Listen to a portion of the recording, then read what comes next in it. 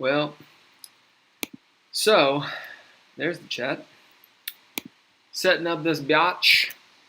Got my glasses on. Ready to rock and roll. On. So a little bit of this intro is me, it's just got to be me setting up because I'm kind of doing it solo this eve. We shall see what the link is. If you guys know of a better way to, I guess, notify all of the different, like Twitter, Instagram, etc., with a link, I don't know if that's something that can just be set up, but let me know. That way I don't spend a minute every episode doing it. I actually do have a Twitter. Ugh. God damn it, I fucking hate phones. I hate phones so much. Here is the link. Sorry, it is such a bitch. God. Because the keyboard isn't made to do the keys, and it's just fucking annoying, and I hate everything, and hate everyone, and just a cantankerous son of a bitch. That's who I am. So I'm going to play a song. This song is somewhat offensive, and if it... Is it offensive? It could be construed as offensive. So if you are easily offended, fuck off.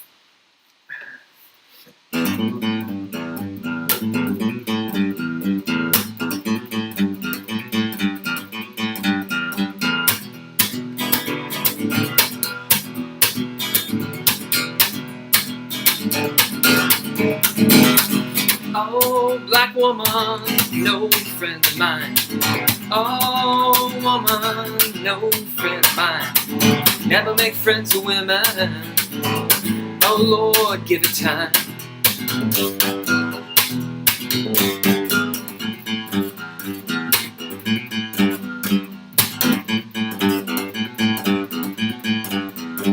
She had it all where it needed to be. She had it all where it needed to be. Such a black woman, shaking it down for me.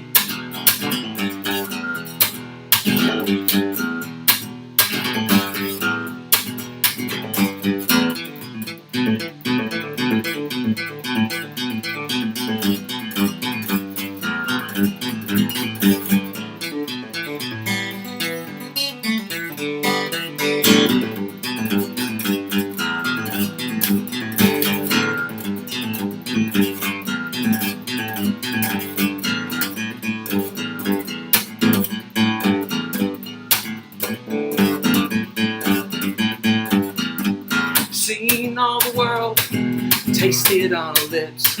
Seen all the world, tasted on her lips.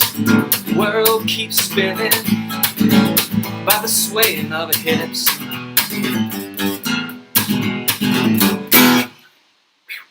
Okay, so that song's called Black Woman, and it's about how my friend Jeff McNeil and I appreciate black women. The last line of it is, seen all the world, tasted on her lips. The world keeps spinning by the swaying of her hips. That was written by our buddy Chad Webb, who helped with this game, as did Jeff McNeil. And there's the connection, ladies and gentlemen, between that fucking song and this fucking live stream. You might notice I'm down a man. He'll be back. So, one of the things about GameTalk is, we're talking, the royal we, we're talking about copy editing DreadLore, which is a game system that my friend Ben, Bad, as we call him, and myself created. We've had a lot of help along the ways. And we're essentially into beta testing the second version right now. So what this live stream is all about is Ben and I going through the manual and copy editing it. So reading it aloud to each other, like you would your kids or something. telling them a story out loud. And by doing that, we can actually work together and make it intelligent, decide on rules, and discuss with you all what you think, as well as, garner support for our game system and this channel. This is the proper method for holding a coffee cup, by the way.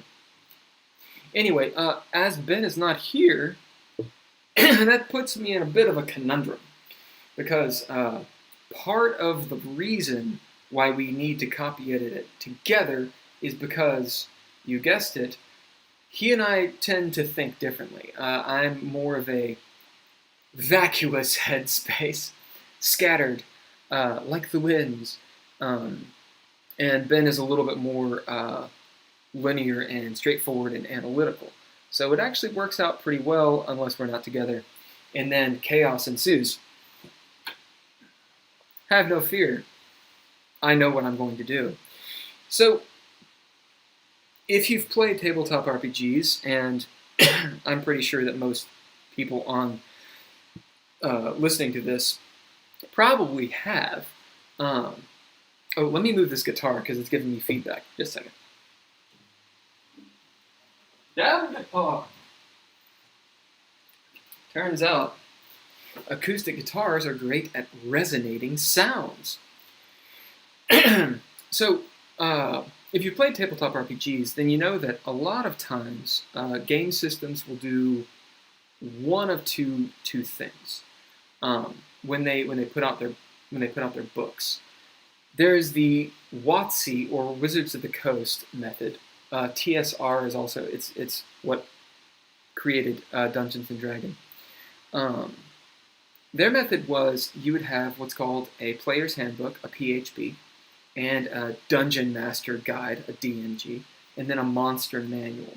So you'd have 3 different books, and each one is $30 to $60, depending on what you're buying. Then they come out with splat materials, so extra materials to explain different worlds, modules, introduce things into the game, update game, all that good shit. It's a great money-making plan. But what it does is it allows them to focus, hey, this is the PHB, this is for players. This is the DMG, this is for game masters. Although, of course, anyone who's played the game knows that you end up getting all the books, or the PDFs. So Ben and I didn't like this idea at all. Well, the second thing that some systems will do is they'll make kind of like an all-encompassing book. Numenera is foremost on my mind, and Numenera is a great system. We talked about it before. It's also die 20, based on the die 20 mechanic, and really cool, just science fiction-y type stuff. Before I pull it up, because I'll pull up Numenera here in a sec, so you guys can see it. I'm pretty sure you can find it on Numenera.com. But the way they did it was, at least initially, is they had one Haas book. And this book was like 400 pages. This thing was thick. And it's pretty much all you needed. You could take that book, it had a ton of maps, it had all 3, that's right, only 3 classes. Tons of material, equipment, a bestiary of sorts, and I think at least a module or 2. Is a very good book. It's also just huge. And I didn't really like it. In my mind, I do enjoy having the tome. You know what I'm saying? But like until I own my own place and have like a dedicated library, I don't want to move around a tome. Hey guys, boof, let's play this game. Like, and you gotta flip through the pages, and I just don't want to do it. I wanted something that was more like a manual. But we weren't trying to just have a shit ton of books, right? Like, oh, here's a book, and here's a book, and here's a third-party book that everybody has to buy, like Magic cards. I want you to be able to buy the book if you want a hard copy, and that's the book. And then maybe there's 1 or 2 accessories if you want that. Also, our plan, at least right now, is for the PDFs to be free. So really, it is, get a book if you want something like a hard copy. If you want something hard, get a book. And you might pay extra for the accessories, but the core book, unless we ship out an errata that is free, the core book is all you need for this version. Boom. That's it. Something that occurred with Dungeons & Dragons, especially 3rd Ed and 3.5, arguably the most popular, it's arguable, is you get all of this third-party material, and a lot of times the third-party stuff would contradict or change and update the old school stuff. So you'd be like, hey, we're going to play a game. It'd be 3.5, that's the edition, and it'll be 5th level. And everyone's like, oh, well, don't use the Ranger class, in the PHB. Can we use third-party books? Because the PHB, the normal classes are shit. That kind of stuff. And I don't want to deal with that. I want the book to be pertinent as a reference book, but also as something you can actually thumb through, see the art, you can read through and it's actually enjoyable.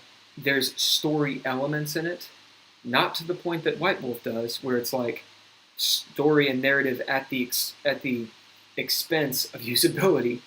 More along the lines of what Planescape, if you read the Planescape books in 2nd Ed, D&D did, where it's actually very interesting and also informative, and you can use it as a reference book, and it's got cool fucking art.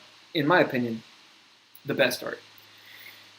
Okay, so that was the goal, and that is all to say what I'm going to do today. In fact, I'm not going to work on the manual, and I'm going to leave that task to Ben and myself doing this. Instead, I'm going to work on the bestiary, which actually is something that we were not going to do on this live stream, because the priority is to do the copy editing for the manual. Since it's just me, boom, we'll do the bestiary. So why did I have that huge prologue? It's because we separated, or I should say I separated the bestiary from the manual. I did this for 2 reasons, both of which I've already said. You don't need the bestiary to play the game. The bestiary is an accessory. It tells you a whole lot about the denizens, or the Zens, as that's the lexicon for DreadLore. The Zens of Craster, of the world. The world is called Craster. And it's a cool fucking book. I wrote it in a few years ago. I really completed it back in 2017, the end of 2017, when I completed, my buddy Eric and I completed version 1.7 of DreadLore. It was a much crunchier system. A lot more rules, a lot more resources, a lot more build ideas.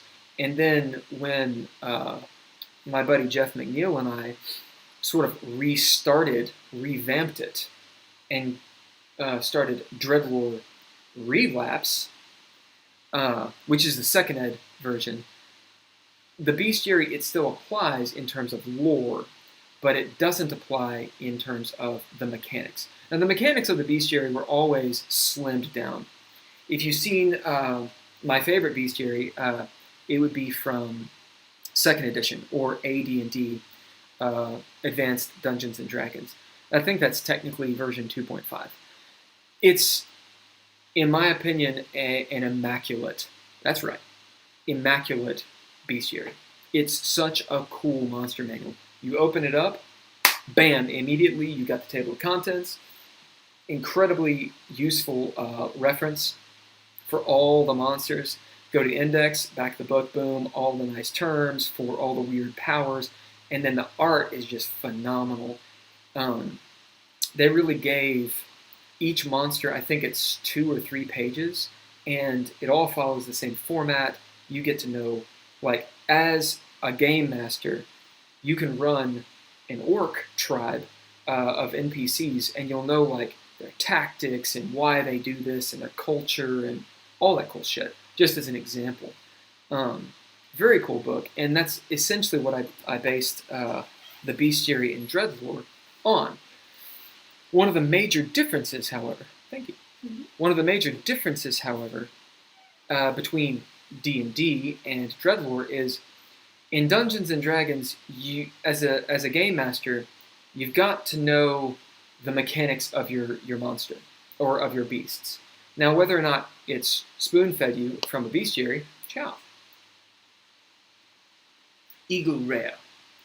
Whether it's spoon-fed you, in a monster manual style table or not, doesn't really matter. As you progress as a game master, you start learning how to wing it. You can tell, oh, my party can deal with this, and these are the bonuses the monster should have, and you kind of figure out the mechanics as you go. That is definitely a certain style of game mastering, by the way, or arbitting, that some people vehemently disagree with. Some players, some players much prefer that monster has a +2. That's how it works, and they have this legendary action 3 times a day, and that's it. They always attack from the distance. Some people like that. I don't mind that, but when I'm running a game, that is not how I run, and that can definitely be seen in the way that DreadLore has been made, as well as the Bestiary. There's not many mechanics. It's more along the lines of what are the monsters, or they're really not monsters. What are the Zens? What are the beasts' traits? And what sort of society do they have? How do they act? And that's really all the Arbiter needs to know. As Ben and I progress and eventually get to the Arbiter's Toolbox, which I believe is Module X, which is Module 8 in the book. Really, it's Module 10. We just haven't... We like the idea of calling it Module X, even though technically there's only like 8 modules in the book. Anyway, once we finally get there, we'll get around to the mechanics of how NPCs and antagonists work. In DreadLore, they do not work, nor do they follow the mechanics that players use. Another huge mechanical difference between a lot of games and DreadLore. Because it just, and we can get into a whole conversation about that. But as a game master myself, that's pretty much almost all of my gaming. That's what it's basically been. I don't understand why game systems try to fit monsters into the mindset of a player. It just doesn't work. And in fact, there's a whole, if you've read the Epic Level Handbook in 3.5, or 3.0 technically, or the Monster Manual in 3.5, it pretty much addresses this, that it just doesn't work the same. They're doing it for, I don't even know why. I guess they're just following their own math. Okay, so today we're going to talk about the Bestiary. It'd be pretty cool. I'm going to check on the feed really quick. Hello, Megan. Animals and monsters change in my games because of the nature of a beast in general. Absolutely. Bestiary is an addition and a supplement to create a better grasp of exactly what you may encounter in game setting. Absolutely. We are in the agreement. So, a couple things that I wanted to show. One, I had mentioned the Forge theory, and this is it. This is a deprecated site. When I say deprecated, I mean out of. It's not out of date. Deprecated is maybe not the right word. It's a dead site. It's not being uploaded anymore. It's like dead site in the way that a language is dead. But last live stream, Ben and I had mentioned this. The Forge was a very interesting group. I did not get into it until after they had folded up, closed up shop and rolled out. I've heard a few rumors about that sort of society, and basically you had some rules lawyering, and you have exactly what you think you have. A lot of bitching, backbiting, and probably a bunch of assholes. Whatever. they came up with some really good shit, in my opinion. And I reference The Forge a whole lot, specifically with gamist, narrative or story now, and simulationist style games. That's all from this, and I will give credit where credit is due. I can't remember the dude's name. It's on this page, Ron Edwards, and I don't know if his email still works. Got no idea. Adept Press. So let me just read the beginning of it, because it's obviously you can read it. It's a 1990s, like 1996 style webpage. I've heard a certain notion about role-playing games repeated for almost 20 years. Here it is. It doesn't really matter what system is used. A game is only as good as the people who play it, and any system can work given the right GM, game master, and players. My point? I flatly, entirely disagree. This is a very, very cool page. So the page is pretty straightforward. System design, part 1. If you go to darkshire.net, let's see if it actually works. Yeah, the threefold model. And you get into all this crap. It's really cool. If you're into game system theory, I highly recommend reading this. I highly recommend disagreeing with it, and then arguing with it, and starting up, fomenting rebellion, and starting up an actual conversation. Because, as we had mentioned before, and actually, it wasn't even Bad and I, it was my buddy Daniel Huffaker and I, in one of the streams. Role-playing games, tabletop RPGs, they're used in therapy sessions. They are the foundation of friendships. Just like someone going out and being sports buddies with someone, or, you know, the sort of stereotypical, like, what do they call it, bridge clubs and stuff. The drama that occurs in-game and out of game, this is life. It's storytelling. And in my opinion, at least, and I think in Ron Edwards' opinion, it absolutely matters. It affects life. People get mad about it because they care about it, because it talks about a human condition. Now, I'm by no means advocating escapism. I think we can define escapism. Let me do that real quick. Escapism definition. In my opinion, escapism has a bad connotation. Let's see what it is. The tendency to escape from daily reality or routine by indulging in daydreaming, fantasy, or entertainment. First of all, I think that's awesome. An inclination to escape from routine or reality into fantasy. A genre of book, film, etc. that one uses to indulge this tendency. So that in and of itself is not necessarily bad. Let's look at this. Escapism definition: the avoidance of reality by absorption of the mind in entertainment or in an imaginative situation, activity, etc. That's more along the lines of the connotation I normally get when someone says escapism. The idea that avoidance, running away from life. I remember one of my players once, she who shall not be named. My beef with this person is she betrayed my friendship, and I take friendship very, very seriously. At any rate, this person was a very good gamer, and a loyal, I thought, friend. But there was one point where she said, you know, Will, I really care about these games because I don't like my life. And when I play these games, I can be who I want to be. To which I said, hold thy horses, young lass. I think this is maladaptive. This was not, by the way, the precept to, you know, our disagreement.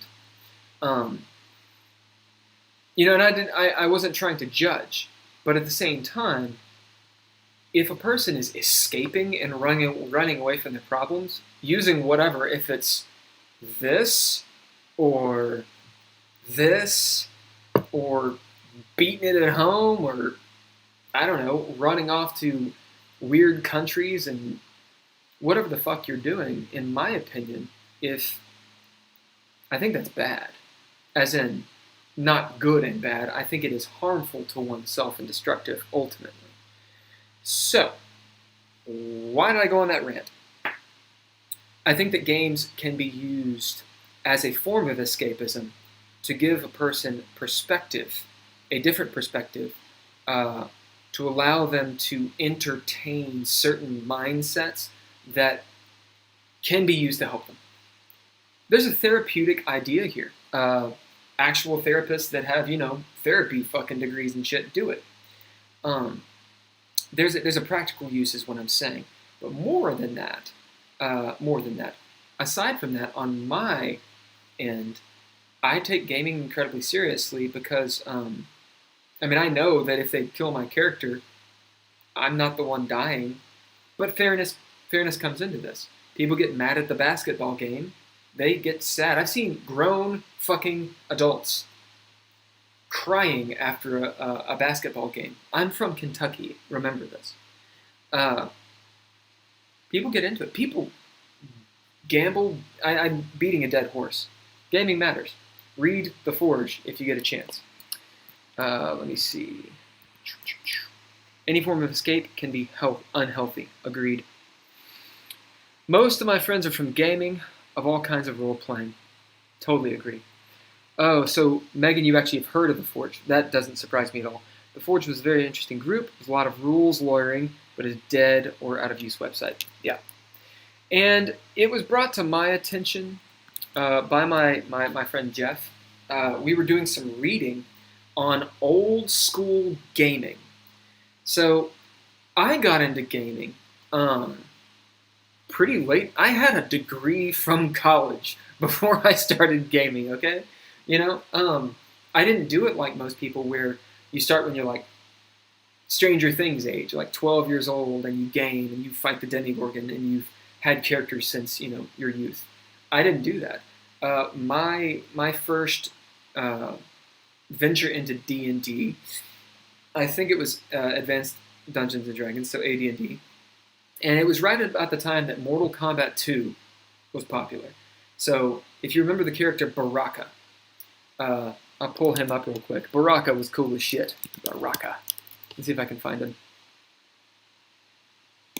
Ooh, there he is. Boom! Yeah! Baraka. Baraka wins. Anyway, Baraka was cool as shit.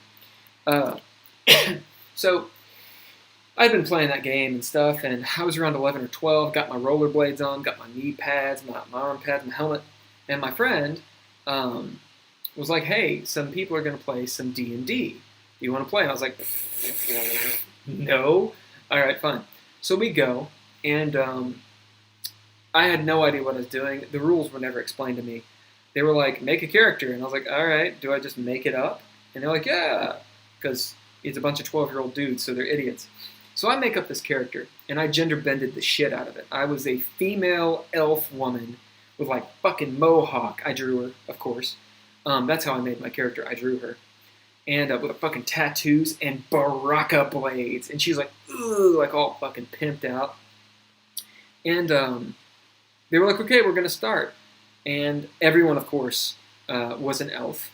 So the guy, or the two guys, or whatever that were running the game, they were like, okay, you're all in the forest, and all of the men are out hunting. All of the elf men are out hunting. And so if you've seen Conan the Barbarian, it is the plot of Conan the Barbarian, by the way. Kind of. When a horde of orcs attack the elven village, burn it to the ground, rape and pillage and kill all of the women and children.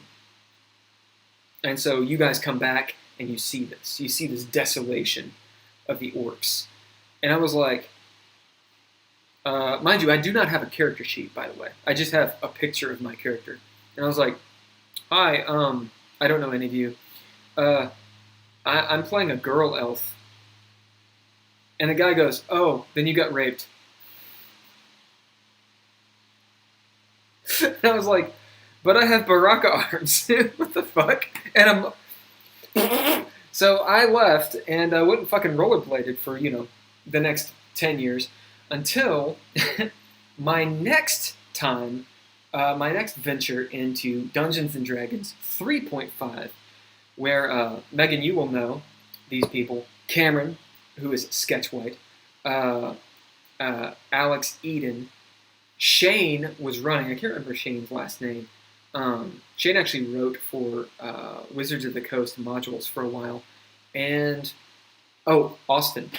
Were playing, and I made fun of them to no end. I was like, you guys are playing, you bunch of fucking geeks.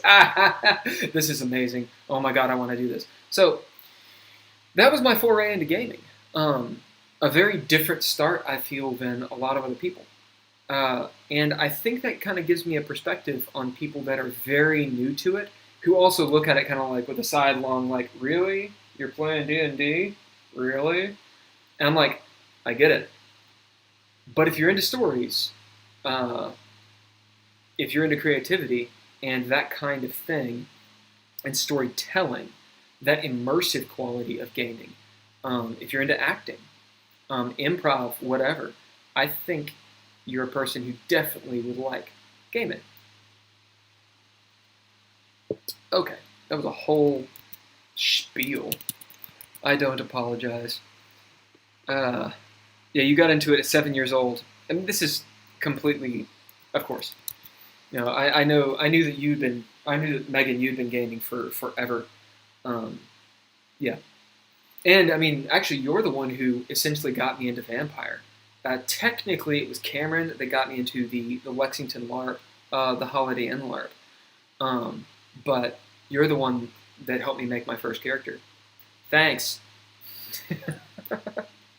Anyway. And now look at now I wear all black. So we're going to talk about the Bestiary. Let me show you the Numenera site really quick before we do that. They actually, from what I remember, they have a very good there we go, Numenera.com. Surely they didn't use a .net, those bastards. I believe their website's really cool, and it is. Look at that fucking art.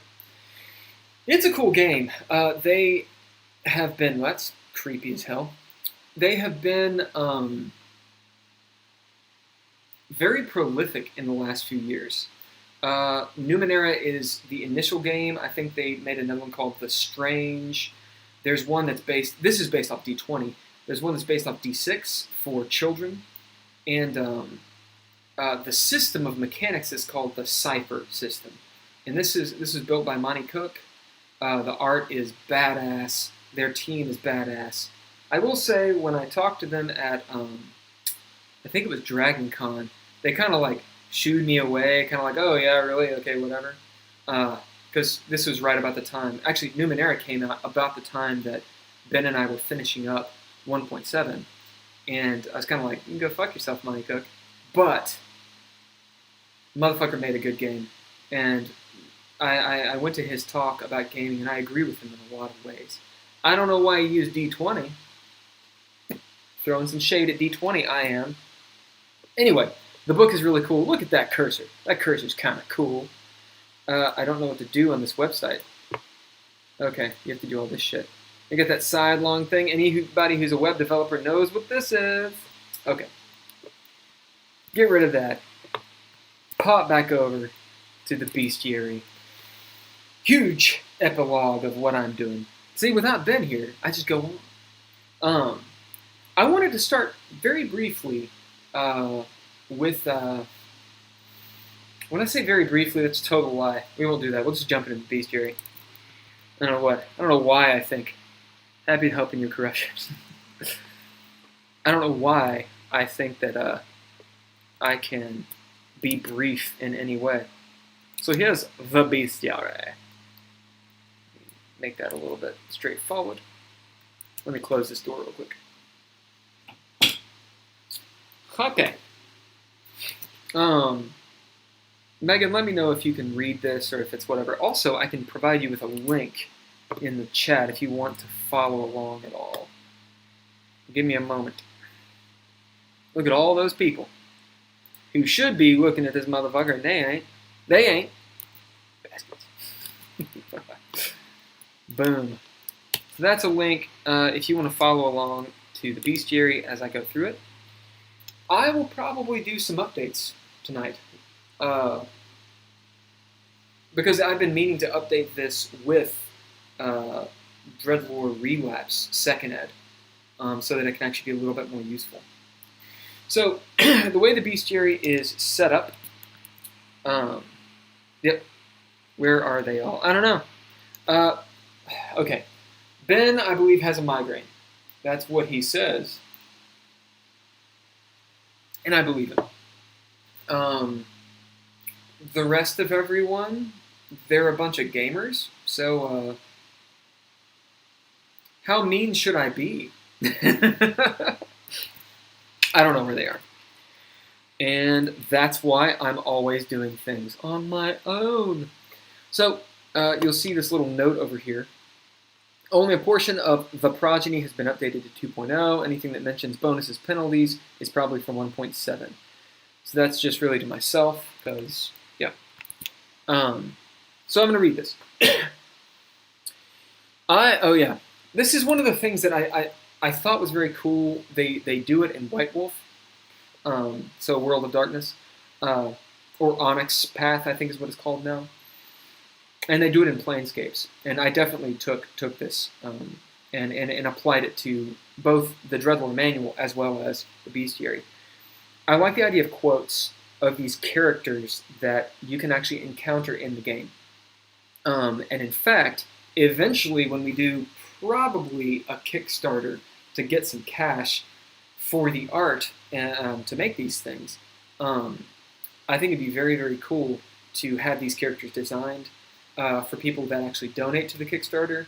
You know, maybe even talk with them about their characters, have them in the book with quotes, with a design. I think it'd be badass. Yeah, that's one of the eventual ideas. The nuts will be, hey, come to the con, dressed as your character, all cosplay style. You'll be in a game that Ben and I run. Anyway, that's the future. You know, after the Rona and all that bullshit ends, and when we can actually get this thing done, assuming people show up. Okay, so hope it's not serious. Oh, he's, I don't know. All right. I hath writ. I hath writ. Yes, I know. I'm just riffing when I write this. I know it's not proper fucking Middle English. Anyone who's going to correct me on it, please do. I hath writ the following, having gleaned wisdom from all wanderings through the spring of my life. Oh, the multitudinous revolutions I have seeneth! Mortal denizens, native to this realm of Craster, should be mortal zens. Mortal zens, native to this realm of Craster, now known as zens. Never mind, I fucked up. It should be denizens, now known as zens. Art widespread unto it, and art as various as the lands therein. I think I'm just... that needs to be edited, but for now, it's good reading. But, canst every facet of reality be populated? I don't think canst is proper there. Thou hailest of greater ancestors, thou art the fruit of paragons lost to the fathoms of antiquity. Ooh. Well, he's trying to praise people. As the world waneth and ages gray, so too doth we. I think it actually should be so too do we. Because technically all of those, like doth, canst, hath, all those things are conjugations. And you really only conjugate a single verb per sentence. Paragons art among you, and thou art spawned of them. Beyond this natural realm lieth still 5 true realms, as vast as they art strange. Be not fooled or fooled, children. Thou art not alone within the realms of creation.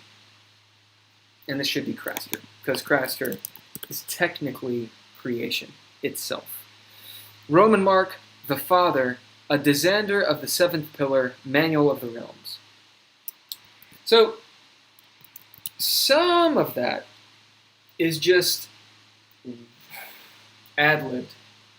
I think it's cool, and the idea was to have it down, to have a flavor, and then to come back through a copy edit and make it all uniform, take the references and actually fill them out into something. So sometimes it talks about like the pillar of such and such manual, which that has eventually changed into the seventh house of this and this and that. Does it matter? Yeah, it does matter. It's the loose strands of world building, just to be completely honest. Right now, though, I don't think it needs to be dealt with. His health is awful, like mine, chronic illness. He has severe Crohn's, like I have CRPS. Oh, your Cody got in a bike wreck. Vlad is in the Oh, shit. That sucks. No, you don't believe Ben. Oh, Walker Rhett. I do believe Ben. I know he has problems when it comes to. He's had migraines. I don't want to air out his laundry on a live stream. I'll let him do that. But the long and the short of it is, he's a big old bitch. The long and the short of it is, he has migraines, and he's had them for about a year, and he's trying to figure out sort of the right medication, what causes them. 2018 for me was pretty rough. I was in China. Enough said. No, I was in China and there's a whole story. For about 8 months, I had very severe headaches that were just debilitating, 3-4 a day. I gained a lot of respect for people that have chronic pain. And my pain was not, on a scale of 0 to 10, 0 to 11, 0 being none, you feel great, 11 being you want to blow your brains out. Mine was like a 2, 1.5. But I gained so much respect for people that have chronic pain because it wears you down. Your mood just changes. So I do get it to an extent, and I know he's feeling bad tonight, so he's just taking a break. To his credit, he notified me, and he actually did apologize. So there is that. Ben will be okay. He's figuring it out. Let me see. Yeah, it's not serious, and I will pass along you saying that, Waka. Yeah, Megan, tell if you're able to connect to Vlad, tell him our thoughts are with him. I hope he's okay. And for Cody, was it a let's see, was it like a motorcycle wreck, or was it like a push bike wreck? Regardless, I hope he's all right.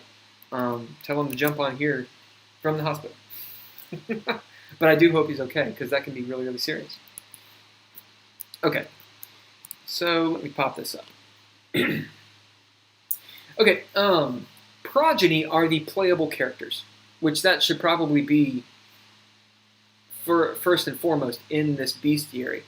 But again, I'm not so much concerned with the formatting of these documents. That is after. That's a task for after the copy editing. I'll harp on this again. Different formats garner different uses. A document is very linear. It starts at the top and goes down. Boom, boom.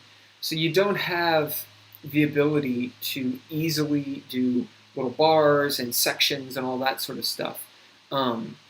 It's a very simplistic way of doing things, a document. And this is not how the manual or the thing that we sell, or even the PDFs that we eventually will provide, this is not the format they'll be in.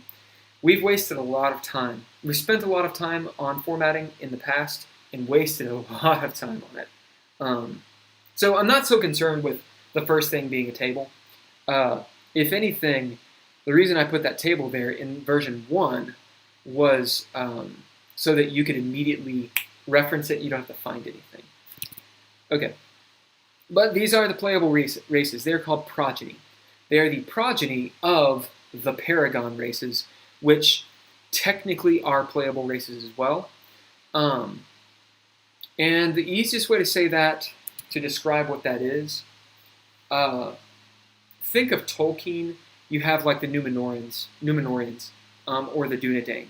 So the Numenorians were the buffed out races of humans, the races of men, before they fell, the fall of Numenor. They lived 500, 600, 700 years. They were like 7.5, 8.5 feet tall. They were super smart. They were so smart that R Pharazad, I want to say the last king of the Numenorians, was deceived by Sauron, but kind of believed that he could sail his fleet of Numenorians, men, to the Undying Lands and take over the Valar, or the Vala, the gods. They were badass. Isildur was a fucking badass. People are like, well, how'd he do what he did? You didn't fuck with Isildur. Motherfucker was huge. Why didn't Elrond, the half-elf, just kill Isildur and take the ring? Because Isildur was 7.5 feet tall, a warrior, superhuman. That's why. He would have wrecked Elrond. That's arguable, but it's probably pretty good. They even say the power of Rivendell was not in might. It was in the wisdom of Elrond, the half-elf. That's a fucking tangent. The point is this. Numenorians, superhumans, once Numenor was destroyed, the remnant were called the Dunedain, which that literally means men of the West. And I want to say they founded Gondor, so the line of kings. And as time progressed, their blood kind of thinned and waned until you get to Aragorn, who isn't a Dunedain, still lives to be like 200 some odd years old, and essentially chooses to die. Even when he's about to die, he had the strength, he had like that Moses strength, of like a 30 some odd year old man. And he was a diminished version of a Numenorian. The reason I'm telling you all this is that's kind of the relationship of the Paragons, the Paragon races in DreadLore, to their progeny. You're talking about a very, very long time that goes through ages. And I'm not talking Tolkien ages where it's like a few thousand years. I think there's 6 ages, I'll have to look it up in the book, 6 ages within DreadLore. And you're talking about thousands, tens of thousands of years. In some cases, hundreds of thousands of years have passed. The world is incredibly old by the end. The very last age is called As This Era Doth End. And the world is absolutely venerable. There are powers that have been around since the beginning. There are a couple characters that have been around since the beginning. But when I say powers, I mean beings of power. But that's lost to the pages. There weren't even pages of antiquity at this point. So the progeny, they are in and of themselves watered down versions of the Paragons. This is true.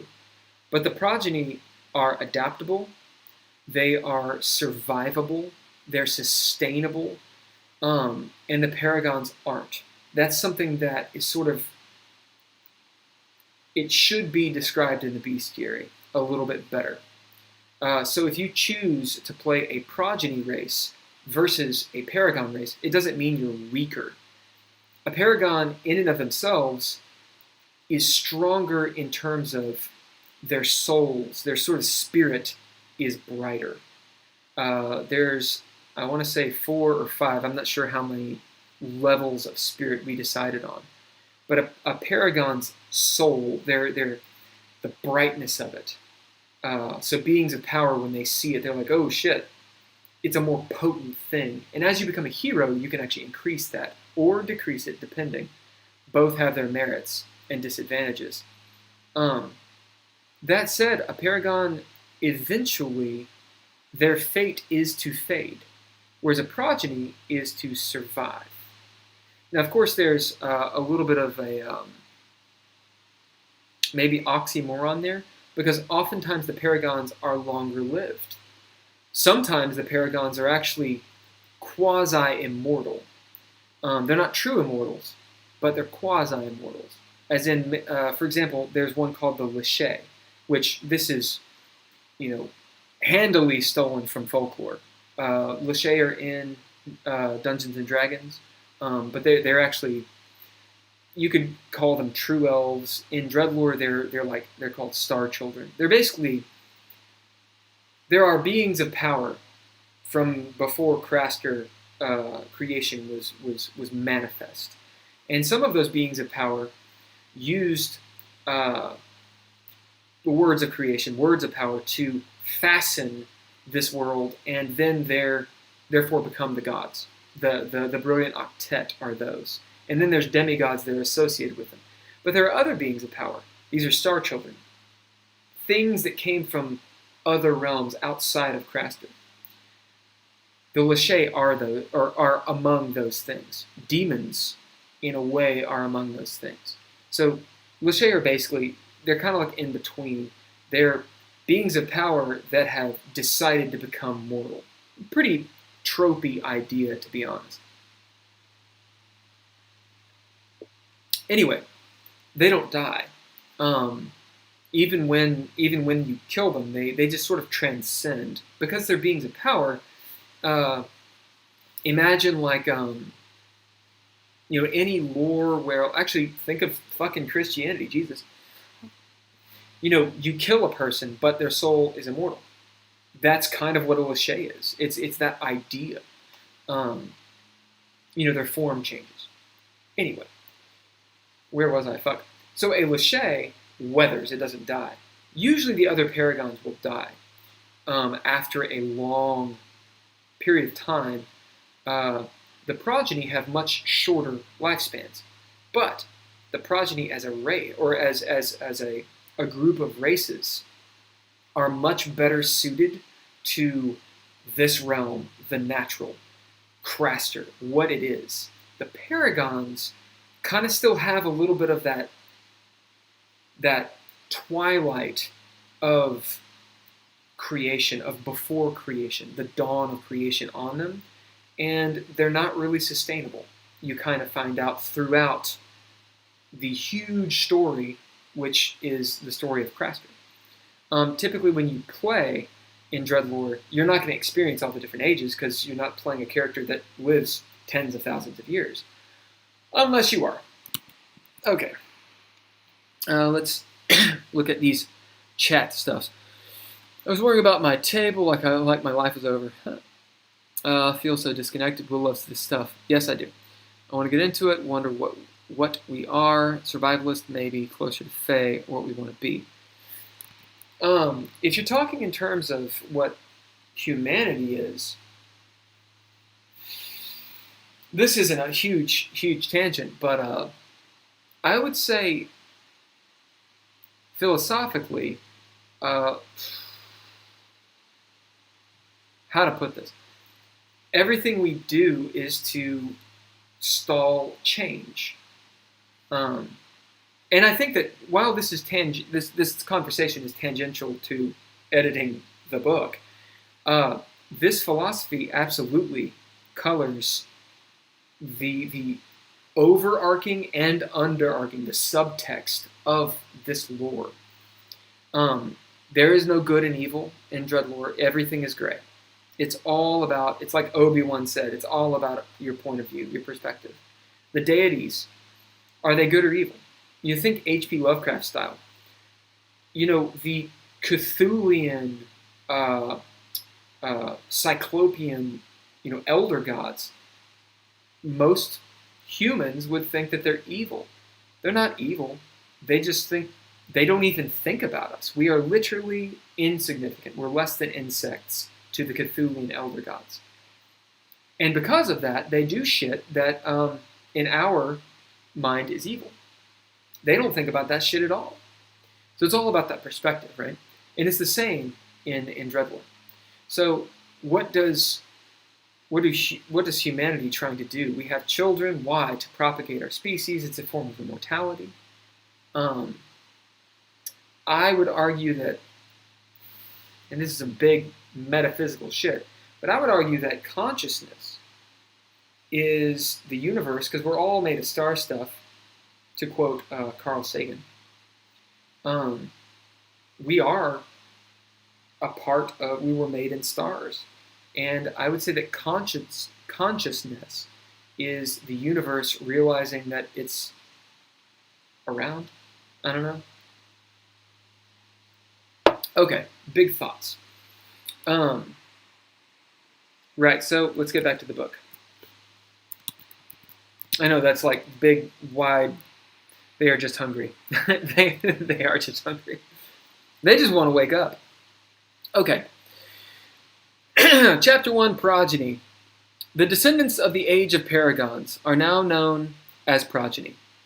Progeny are considered normal races. They are the humanoids which a body might encounter on the day-to-day. Okay. If you've read Planescapes or Planescape, they refer to beings as a body. This is something I've toyed with. I don't know if it's a lexicon that I want to just pay homage to, or if maybe I should change it to just Zen, but that's what I'm talking about here. I'll just continue. They are humanoids which a body might encounter on the day-to-day. There are 4 races of progeny. Denna, or Doween. Denna, Schnallfolk, Zunths, and Miroshi.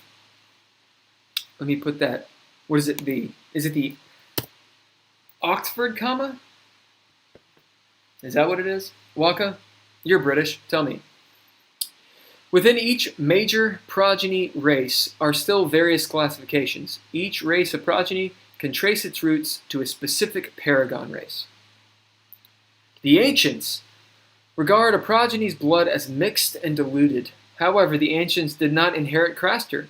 Progeny who display traits from their respective paragon roots are sometimes referred to as half-blooded or full-blooded. Some races of progeny do not care either way. In the eyes of their ancestors, all are considered progeny. There exists no definitive cause for the arise of progeny and the nigh extinction of their paragon forefathers. What is known is that the age of paragons has ended, and the age of progeny has begun. We'll get along to that. Classifications. A body is not simply a paragon or progeny race, but almost always falls into one of the listed classifications of that race. I don't think that makes any sense. Paragons are very rarely encountered in the age of progeny. Aspect caps.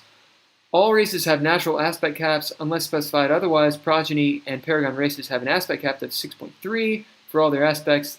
These aspect caps can be circumvented by supernatural or theurgic means. Okay, that is all deprecated. There's no such thing as aspect caps in second ed. 1.5 or 1.7, so DreadLore, the first version of it, was a lot more crunchy. As in, it had much more to do with the mechanics of things. And I had developed something called an aspect cap, which allowed people to sort of play around with it. In Redux or Relapse 2.0, there's none of that. So just get rid of that shit. This part here, classifications and paragons are very rarely encountered in the Age of Progeny. This probably should go. It's a good notation. The thing is, though, you can start a game in any age. And remember, this bestiary is referencing, it assumes that you have the actual DreadLore manual in front of you. So it doesn't try to explain what the ages are or what are they about, because that's explained in the settings module of the actual manual. That said, this bestiary does assume that you're playing in the age of progeny, which you don't have to be at all. And that was a question that Ben and I were going over. Should we assume that the setting is such? Because if you don't, you're talking about this vast era. One of the things that Numenera did, another game system, is they said it is the 9th world. And that means there were 8 previous worlds. And each world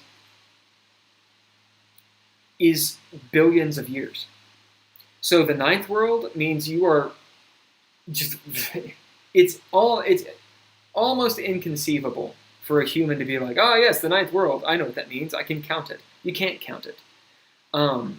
These civilizations have gone, they have started, risen, destroyed themselves or whatever. At least one of them was alien, completely not human.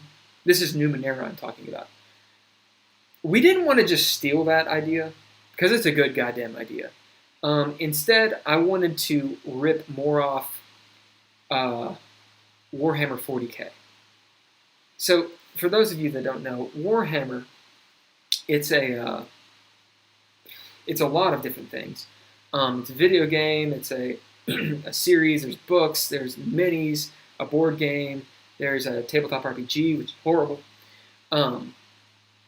The lore is amazing, though. But it's called Warhammer 40K because the year is 40,000 AD, or BCE, as they would say now. It spans just a vast amount of distance in terms of time. We were going more along those lines. I don't like the idea of definitively saying, at year 10,000, because I don't want to write that shit. I want the players to write that shit. I want people to have the ability to have bounds, have a scaffold, and then write their own fucking stories. And I would love to have DreadLore to be such a thing as there's a community that is actually writing stuff that Ben and I can come in and be like, that, motherfuckers, is canon, because that's awesome. And then it to be lucrative enough to be like, and here's some money. You know, those shooting for the moon ideas. So I don't want to nail it down to, well, you have to fit in between this and this and this. Whew! If you've ever run a Star Wars game, you know exactly what I'm getting at. You know, well, when are we in the Star Wars, timeline? Because if it's after Endor, technically, you can't fuck with Darth Vader. That will probably get me demonetized right there. Cut that shit out here in a second. Will, gens, or Zens? Oh, let me type that for you, sir. Zens. It's based off denizen. One of the big ideas, an idea that I had was to develop lexicon based on the geography of the world. So this, Megan, this will get into what Megan is really good at, world building. It's what Tolkien talks about. It's what he was so good at. George R. R. Martin. This idea of why does language change? Because language, people are like, oh yeah, language, whatever. I don't want to learn that shit. The thing is, language is a way of thinking. There's a really good movie that came out. I think it was a good movie. It was not advertised correctly, but it was a good movie. I think it was called Arrival, not The Arrival. That's a different Charlie Sheen movie, which is also really good. This is just Arrival. It's all about language, all about how you think. A culture thinks a certain way. But why does that language change? The jokes, the slang, all that good stuff. So Zens come from denizens. And the reason I chose this, I didn't just do it to be like, we spell our name with a Y instead of an I. It's not supposed to be that. It's supposed to be, there was a before time when things were such a way. And now They're not here, right? Good film, bam. And now it's different. We call the peoples of the world Zens. No one is human. You'll notice, I think, let me see, yeah. You'll notice in this, this primer, it does say humanoid, because, you know, humanoid, of course, you're supposed to think of humans and to biped, that type thing. Maybe it should say bipedal. I don't know. But of the races of progeny, none of them are human. The closest would be Denna, this one here. But the whole idea was there is not a human race. I've had, when I run this at cons, okay, which one is the average race? Which one is the humans? There isn't a human race. I don't want people to be locked into that mindset of, oh yeah, we call our humans this. It's not that. There is a vastly propagated race that is very versatile. They're called the Denna. Which Denna is, I want to say it's Irish Gaelic for people, right? We call them Zens, or I call them Zens, because this goes along with the idea of the pronouns that we've chosen for the book. The idea is, there is not, I don't want it to be on the mind at all of, oh, you're an orc, oh, you're a human, oh, you're a girl, oh, you're a boy, or whatever, or you're somewhere in between. I don't even want that conversation to be in the book. It's a different world. They're called Zens. They're not denizens, they're Zens. They're beyond that. It's an old world where they have their own language, and if you can start picking up from reading the book on the sort of cant, right? That's a word totally stolen from several game systems. Specifically, the one I'm referencing is Planescape, Dungeons & Dragons 2nd Ed. If you can start getting into the cant, the lexicon, you start using those words, and they have slightly different meanings. A Zen isn't just a person. A Zen is kind of like a body. It's a person who knows the world. It's a person who is from the world, grassroots. Of course, that's a Zen over there. And if you're someone who's a being of power, you're not a Zen. You have a different perspective. A Lachey is kind of a quasi being of power. It's not a Zen, not really. And the only way to really understand that is to get into the game. And this game is supposed to be not narrative, it's supposed to be immersive, right? You're playing the character that you want to play, whether you succeed or fail, that's the story. The story is of your characters. Maybe you're heroes, maybe you're anti-heroes, maybe you're villains, maybe you're a bunch of fucking nobodies who don't affect the world at large. Maybe you're just hanging out in a bar somewhere and a zombie apocalypse occurs. Totally cool. That's fine, right? That's the feeling that I'm trying to go for. And one of the ways I'm trying to do this is by using the language, which is using the geography, which is using the world. It's all very cyclical. Cyclical? Like a circle. That's what I'm trying to say. Okay. Gaelic for people is, oh, I see. Well, I spelled it wrong, whatever. Maybe call them Loka, as in the other people. Ooh, I like that word. All right. So, going through the book a little bit more. Section 1, Denna, or Doina. Pejorative, plague rats.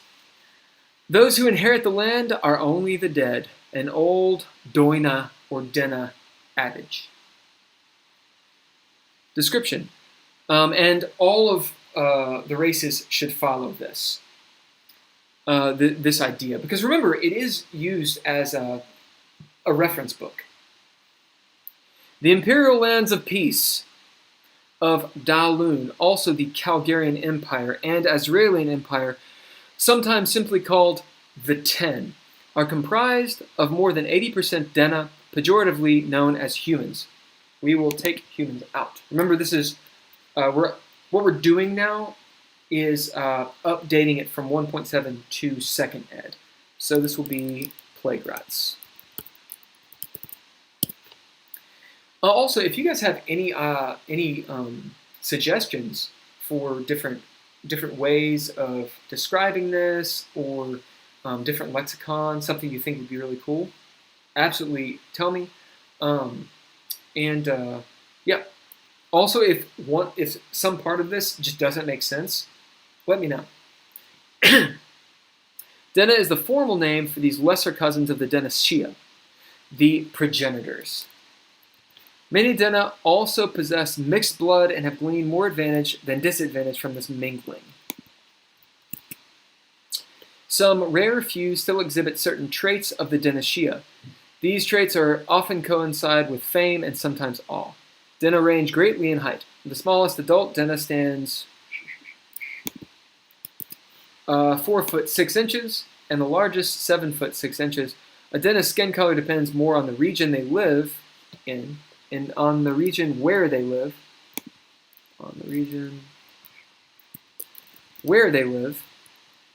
Ranging from nearly black to purely white. So that's not a great sentence at all. We'll just make a note of it. Say, grammar will grammar. Most Dena have brown, green, or hazel eyes, although some have blue eyes. Dena hair color is some of the most diverse of Craster, as they routinely dye and dress their hair in elaborate styles. So, this is really just supposed to give... Oh, it's a Punjabi word. Gaelic for people is Dana. It's a Punjabi word. Really? Oh, I see what you're saying. How do you pronounce it, Waka? Could you put an IPA pronunciation on there? Speaking of, Denashia is actually one of the paragons, and I believe I put, let me see, I believe I put the pronunciation guide down here somewhere. Let me find it. Okay, I did it like without IPA actually. We'll do it this way. I'll say one of the ideas that I had when it comes to pronunciation, especially when you're going to use like real words from different languages, which I absolutely did. I pulled a lot from Egypt, from Persia, Icelandic, Gaelic, these kinds of things, was a pronunciation guide. Because a lot of times, you see this word Daween, but that's not the proper way of pronouncing it. And I got some flack from some of my players about that, because it's not easy for Americans, by and large, to pronounce. In my mind, though, I love the idea of mispronouncing these words. That just builds the lexicon in my mind. Everyone mispronounces things, because you're speaking in your language to do a thing. Now, of course, there's a counter argument to this. There should be a right way. But I like the gray of it. I love the idea of utterly butchering these words. And the argument for it is, oh, we're from this different province. We have a different accent. And you just build it up that way. Oh, yeah, we call it Daween. Whatever. I just think it's cool. What the fuck's a Daween? Oh, you mean Dena. Oh, right. Didn't you read the book? It's like you can just pull that into your character. Maybe that's a little meta. Maybe it's too meta for people. Should it be explained in the book? Yes. Is it? No. It's not. It should. Let's put it there. Right now. Let's put it right here. It'll be at the beginning. Say, should mention that mispronunciations, how do you write that? Mispronunciations are good. and should be fostered. It builds character. Character. I just think it's cool. I like the idea of a living game. I really want there to be a community behind this game. Because DreadLore, there's a huge setting which Ben and I have created. I created a whole lot of it, but it is totally a cooperative effort. But the game system, the mechanics, can be applied to a ton of stuff. And if I ever do another solo discussion or game talk, then absolutely you will see me go through those splats, is what I call them. Star Trek, man, I'm going to run a Star Trek game. It's going to be awesome. Star Wars, Tron, film noir, cyberpunk, not Victorian, steampunk is really easy to do. Yeah, there's just a bunch of stuff you can do with the game system, and you don't have to deal with the actual setting. But I love the idea of a living setting where where the community is coming up with these names, and yeah. On that note, there actually is a DreadLore server on Discord. If you guys are interested in being a part of that, just let me know. It's called the Dreadies, and you have to have a Discord account to do it. It's free, but if you want, jump on it. You will have access to the different campaigns that I'm running, by and large. But I would love it. Oh my God, if people like actually ran their own games. Boom, we're on there, and it was an actual community. That would be fucking badass. Anyway, again, shooting for the moon. I have several humanoid races in my 5th ed games. Absolutely, instead of humans for me, I've used Bossk for people. It's Jendea. Very cool. Shiha is a Muslim sect, like walk. Oh, like walk. Like walk. Oh. So, am I pronouncing it correct if I say walk? Like walk. I don't think I understand. For waka, okay. L-O-A-K. Is it Loak? Anyway, when you get a chance, do a little pronunciation guide, and I'll attempt to butcher it. All right. Special attacks, defenses, traits. Dina try to attack in greater numbers and with tactical advantage. While they are not necessarily brilliant tacticians, Dina are not generally suicidal. That's not good grammar. It's got 2 negatives. Movement. Dina progeny of any sort have a heroic speed of medium and a maximum speed of medium plus. Okay. So, that is a ton, that is a ton of 1.7 right there. I like the idea of showing that Dina attack in a certain way, that they are tactical in greater numbers. That's typically how you're going to find them. They are incredibly cooperative, and that is probably how this should be said. This bottom part here is supposed to give you a game mechanic, and honestly, it's just deprecated. I'll do a strike through text if I can find out how to do that. Swing. And I don't like this double negative here. While they are not necessarily brilliant tacticians. Let me see. I think what I'm trying to say there is... Actually, I don't think that makes any sense. I probably know what I'm trying to say, but I'm just going to erase it. I don't like that.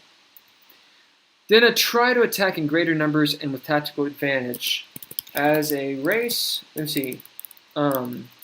They are of the more cooperative, I just spelled that wrong, cooperative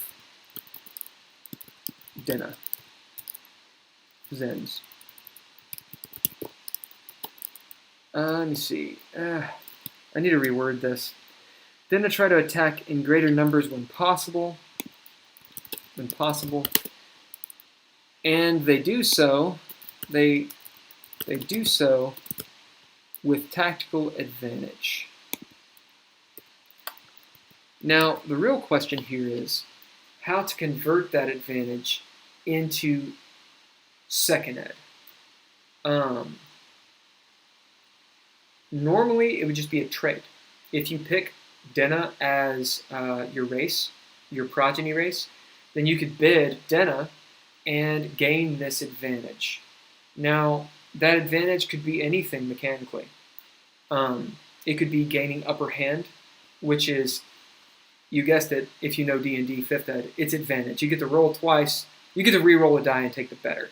Or perhaps it gives you a mulligan, so you get to re-roll any die you want.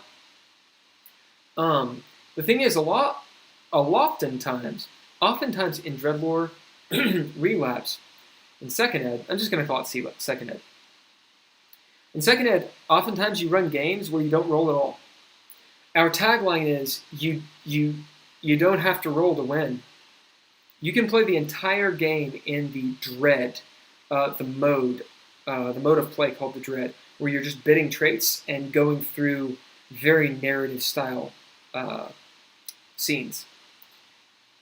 So just getting a mechanical bonus where it's like, oh, you get to re-roll a die, means, well, I'm going to pick, as a player, Denna because I get a mechanical bonus, and that is not what I want. So it needs to be something else. It needs to be worded in such a way to where it's like, if you pick Denna, you can bid that as a trait, and you have it within you to cooperate. So you can use that however the fuck you want. You're trying to negotiate a deal with an unfriendly force. I bid Denna. We are naturally gregarious. Boom. It's just a trait you get.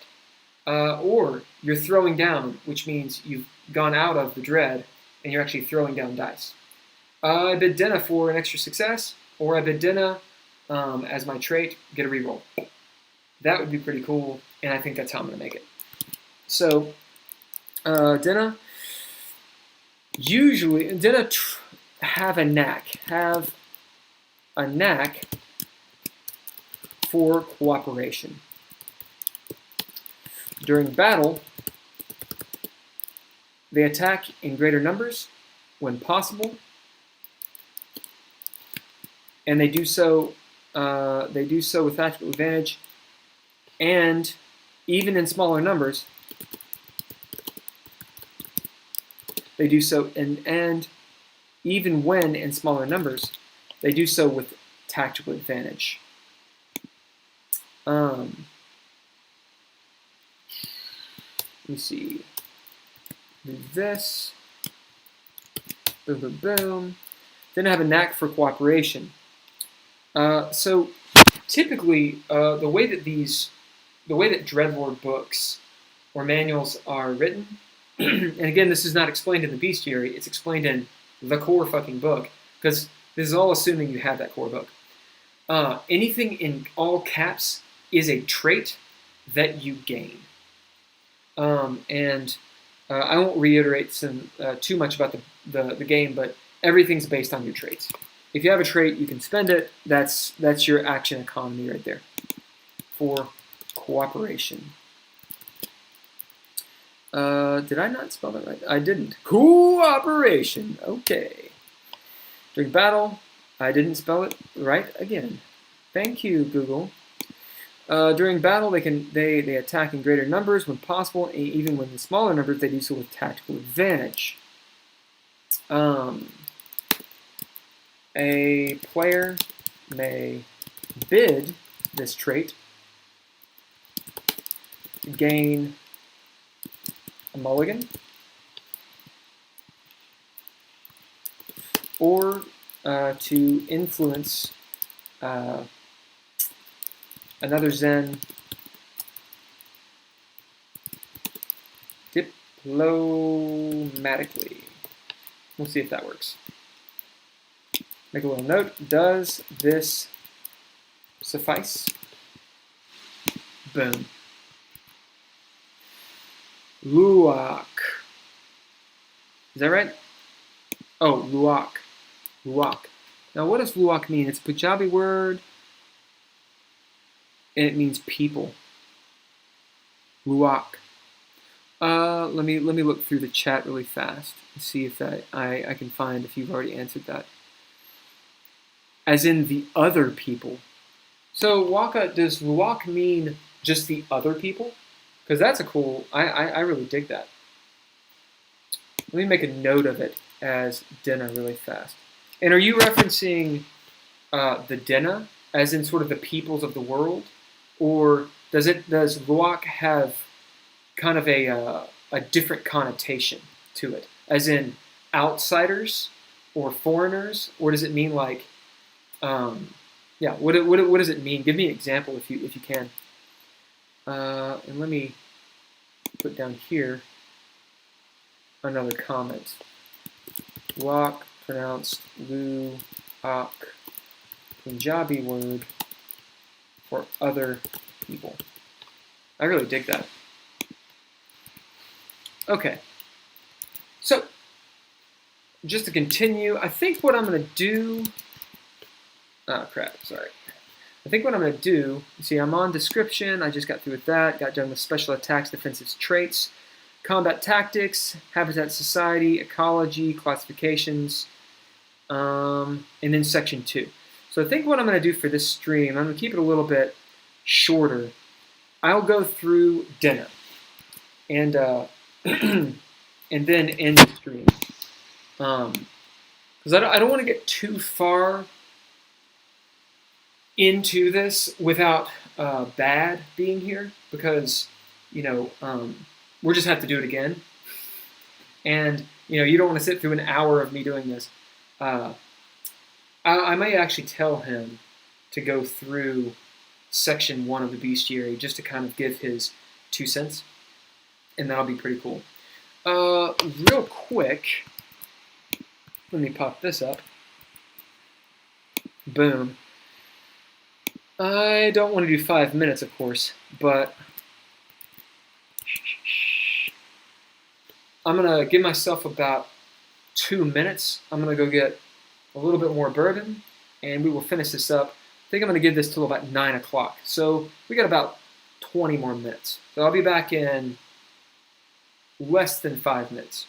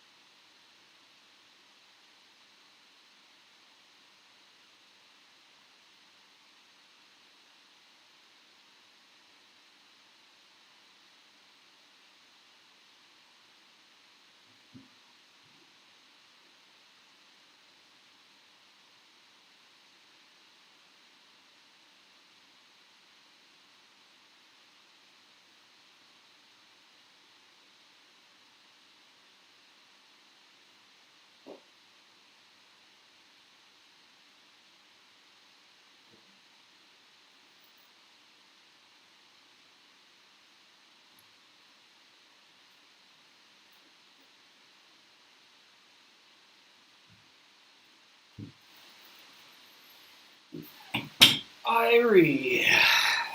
3 minutes, it's pretty good. Eagle Rare, man. Eagle Rare is the shit.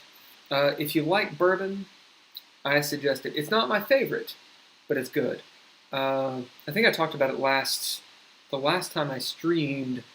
I was drinking Buffalo Trace before, and this was one that one of my Patreon patrons and good friends, Erin, got me. And, to be honest, I was going to gift it to someone, but I haven't heard from him in a month. So I was like, hey girl, let's just pop this open. I'm a dick. But it's good. You can also get Eagle Rare. It's not a particularly rare bourbon, at least in Kentucky. Again, I want to say it's around $35, $40 for a fifth. It's very spicy. It's one of those bourbons that, actually, girl described it during the last stream. It's one of those, it's kind of got a peppery taste to it, and it's got that burn. I love it. I love spicy bourbons. I don't really like them if they're too sweet, or if they're thicker, kind of like Maker's Mark, kind of like syrupy. It's okay to shoot, in my opinion, but I really like these. My favorite is Knob Creek, and while that is not the biggest, baddest bourbon there is, I really, really dig it. Anyway, I'm going to give myself 20 seconds of respite from gaming to look at some chat. And there's no chat. Okay, excellent. Several humanoid races in my 5th ed games. Megan, for humanoid races, are they ones that you have created yourself, or you've just come up with extra little bits and pieces, or what exactly do you mean? Also, when you run 5th edition, Megan, are you running Planescape, or are you running a certain setting, or is it your own setting, or what is that? When you get a chance, let me know. Give myself a Pomodoro of 25 minutes here, and we can hit up this combat statistics. Give me 1 second real quick.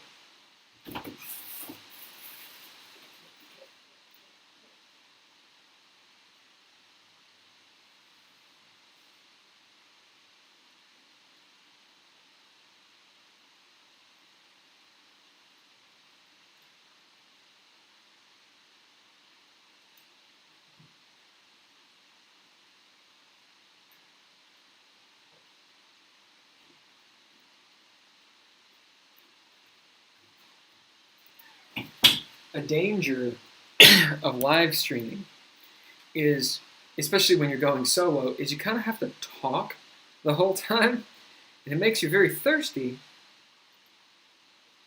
Well, when you're me, and you inevitably run out of water, and all you have in front of you is this, you get shitty-faced. Okay, or as Waka and I used to say, properly bungalowed. Trousered, pantaloned.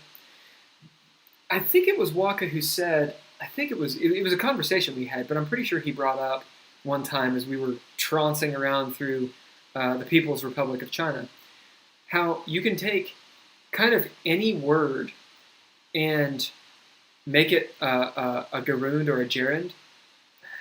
Sorry. You can take any word and add ed to it, and it kind of means you're drunk.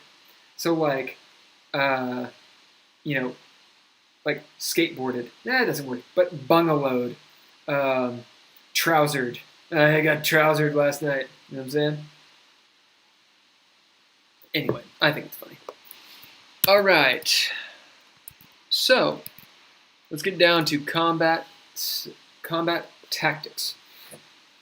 You'll notice, you shall notice, each one of these races kind of follows the same idea.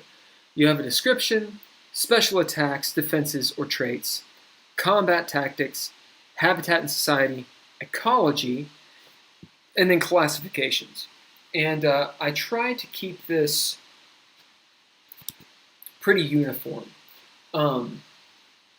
This is taken pretty much from Dungeons and Dragons, specifically AD&D, because I got a big old hard-on for the AD&D. All right, combat tactics. Denna are fierce combatants that usually fight in numbers of 5, a small band, to 500, a large army.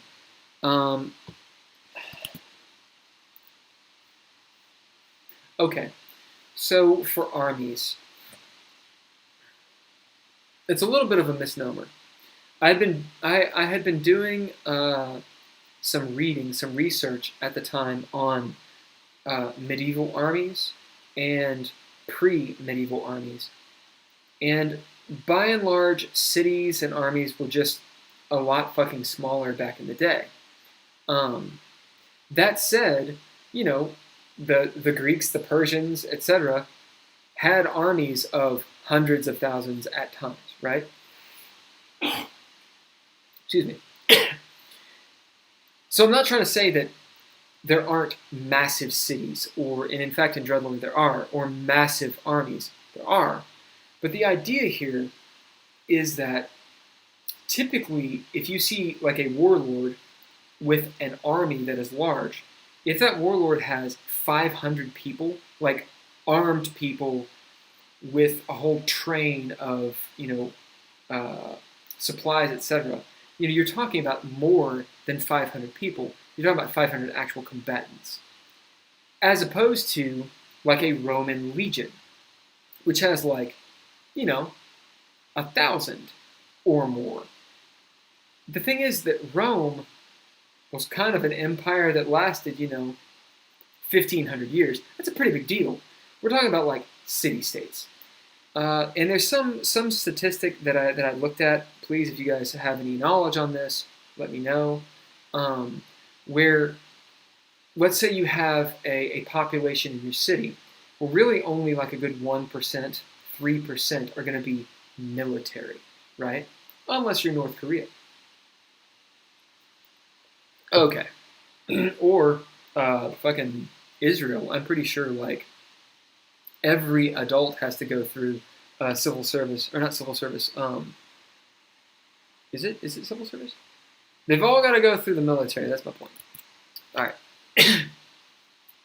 So, 5 as a small band to 500 large army. We should probably say, small.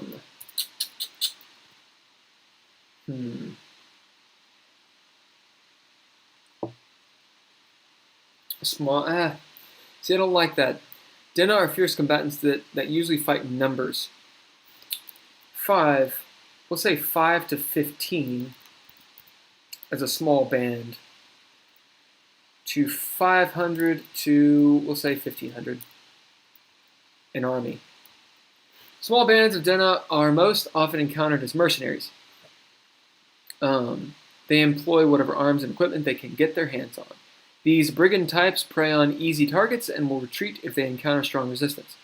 A mage who is estranged from her college will sometimes incorporate herself into a small band, aka an adventuring party. Armies of Denna fighters are typically armored and armed with a spear, axe, and shield. If the terrain provides, Denna train and make use of horses in combat, horses, or other appropriate mounts in combat. Officers and special units will often employ theurgic weapons and sprock. There are usually 1 to 2 mages for every 100 Denna in an army. Mages tend to avoid theurgic forces and one another in combat. And engaging with other mages or magical types in combat. Let's see. If mages do engage with one another, it is almost always under the banner of Holmganga,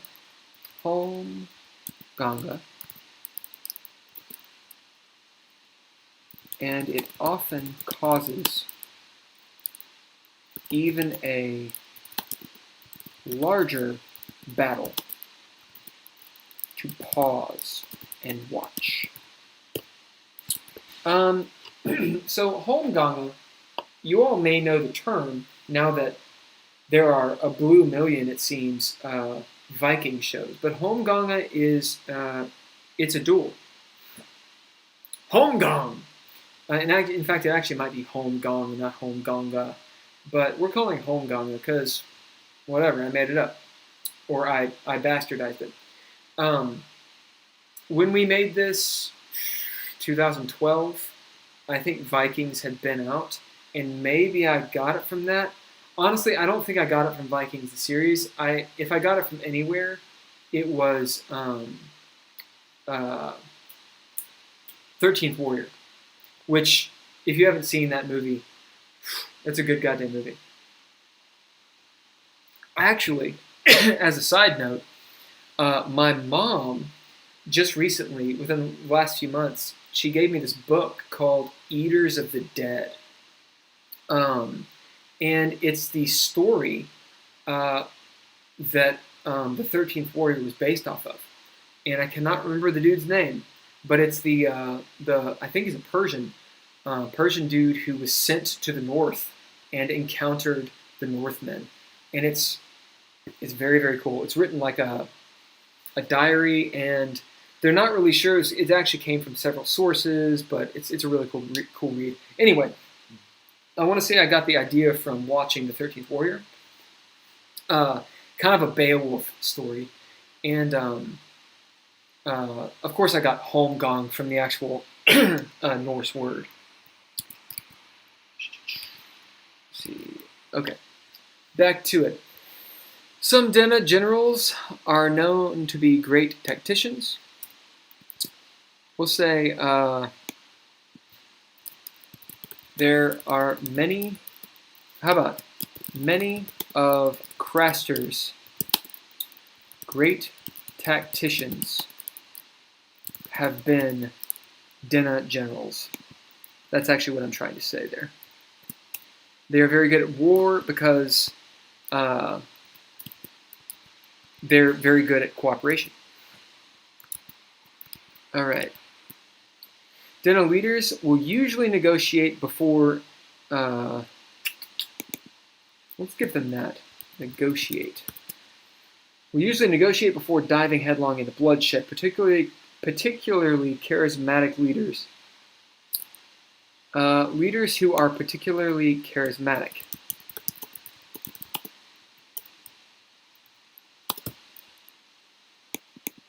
Have been known to amass immense armies of thousands of Dena, and also to find the wisdom of incorporating other races into their hosts. Their wars are well recorded in the Liber ex Omnibus, which I think is actually incorrect Latin, because I play at Latin, I don't actually know it. Correct Latin or no? Okay. Leaders who are particularly charismatic have been known to amass immense armies of thousands of tens of thousands. Ooh, tens of thousands of Dena. Leaders among the Dena. Okay, leaders among the Dena who are particularly charismatic have been known to amass immense armies of tens of thousands of Dena. I would just say of tens of thousands. And also to find the wisdom to have found. The wisdom of incorporating other races in there. This grammar is a little wonky, but you get the idea. Wonky grammar. I just don't want to spend the time trying to figure it out right now. I know I'm an English teacher too. Okay.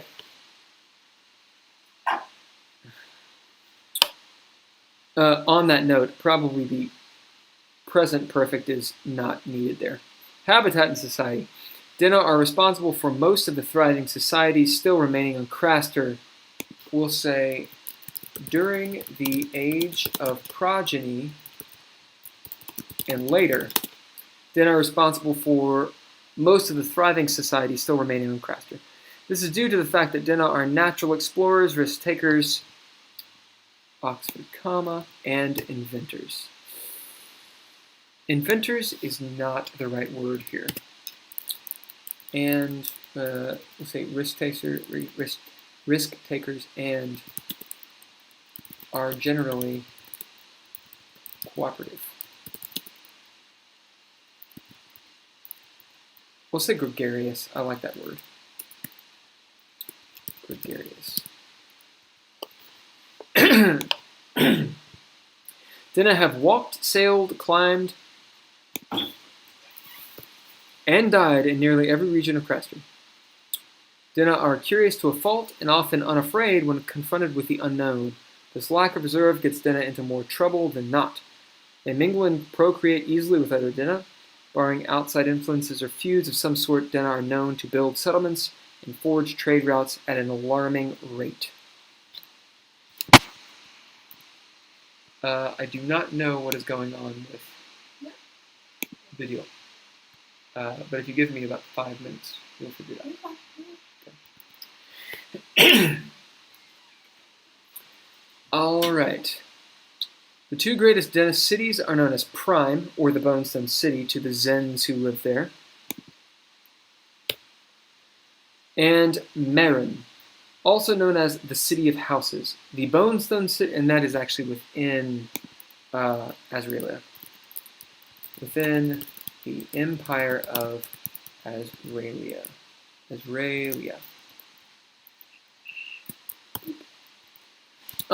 You'll note that we try to, the first time you see a term, whether it's a game mechanic or pronoun or whatever, to bold it. In that way, in the book, the idea is, if you ever are like looking through and we use a term and you're like, ah, shit, what does that mean? If it's bold, you know that's the first time it's used, so don't look prior because it's there and below. If it's not bold and you don't know it, you can look up. You know that it's referenced somewhere else previously in the book. And that is described, I'm pretty sure, in the manual. All right. I'm going to finish this. Okay. City of Houses within the Empire of Azraelia. The Bonestone City is located in the north, on the continent of Downloon, and is the seat of the Calgarian Emperor. We should actually say Empress, because oftentimes it is an Empress. The City of Houses is located in the south, on the coastline of the continent of Azraelia. Which city is actually the greatest is highly debated. We can reword that at some point. Reword, redundant, explanation, redundant. Ecology. If Dinna exhibit a weakness, it is that the Dinna population continues to grow and feed off of the environment. In a non-sustainable way. While individual Dinna might fight to protect the ecosystem, Dinna settlements tend to have an adverse effect on them. Overpopulation and restricted resources are almost always at the source of Dinna feuds. Despite their willingness to brave new horizons, Dinna are also plagued with long memories of wrongdoings. More long-lived races tend to regard Dinna as somewhat short-sighted. The fading memory of an ancient blood feud would more than likely be forgiven and forgotten if only the original victim and accuser still lived. Yeah, it's a little preachy. Let me see. Short-sighted is really the flaw here. Ooh. Motherfucker. Short-sighted. That is a flaw. One thing I'm going to do real quick. I'm going to do a we are here. Boom. And then I wanted to actually mention this whole gaining traits. Capital, let's see, all capital lettered words are traits that are gained if the player chooses that particular Zen race. That is a terrible sentence. Reword and place where appropriate. You see why Ben and I need to do this together? All right. Classifications. Full-blooded Denna. Full-bloods, also known as blue-bloods, silver hairs, and the untouched, are few and far between. They bear the closest resemblance to their paragon than other Denna. Their paragon race. In terms of blood potency, that's right, blood potency, full-bloods are considered first cousins to the Denshia. The first kings and queens are thought to have been full-blooded. The mystics of 12 and 7 keep scrolls which delineate that whole societies of full-blooded humans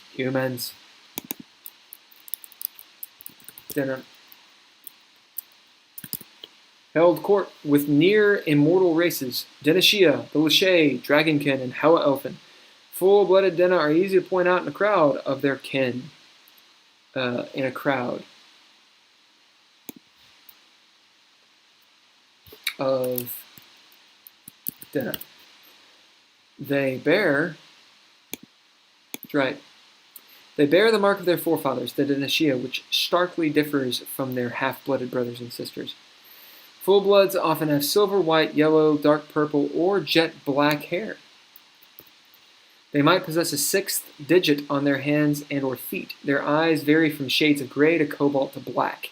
Full-bloods are said to live longer than half-bloods. Full-bloods must deal with the fame or infamy wrought from their strong lineage. Long-lived! Full-bloods live twice, sometimes 3 times. Oh, that's right, thrice.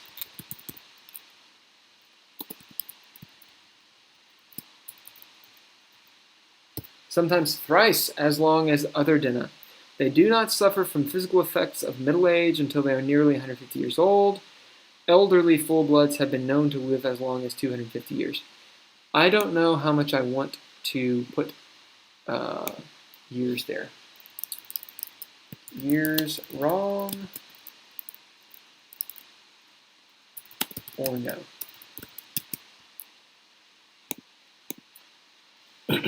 Half-blooded Denna. Half-blooded Denna are known as half-blooded. The term is somewhat misleading, as most races of Craster have been mixed and diluted over several thousand years from the days of the Paragons. Over many thousands and I was going to say many ages.